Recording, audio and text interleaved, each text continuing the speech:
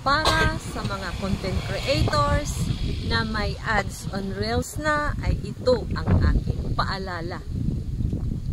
Kasi style ni Meta, saka na siya mag-send ng notification na this video is unable to be monetized kung marami ng views ang ating videos.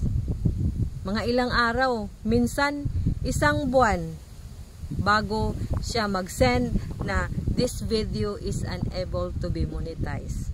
Wala tayong magagawa dyan. So, ang gagawin natin syempre, delete ka agad. Bakit? Useless naman din.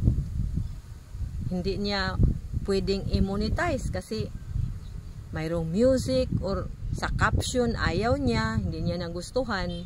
Pero ang ang nakakalungkot ay minsan isang buwan bago siya mag-notify na this video is unable to be monetized.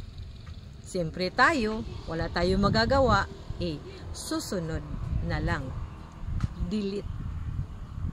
So mag-ingat tayo.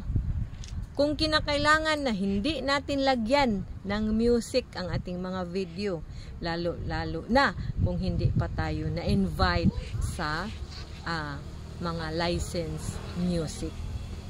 So iwasan natin, lalong-lalo na sa Reels, kasi napaka-stricto talaga sa Reels.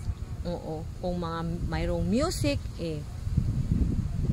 this video is unable to be monetized talaga ang sasabihin ni Meta. Kahit na ilang ang viewers mo, views mo, like 2K views, wala tayong magagawa dyan, kundi i-delete. So yun lang mga idol, sana makatulong at maraming salamat.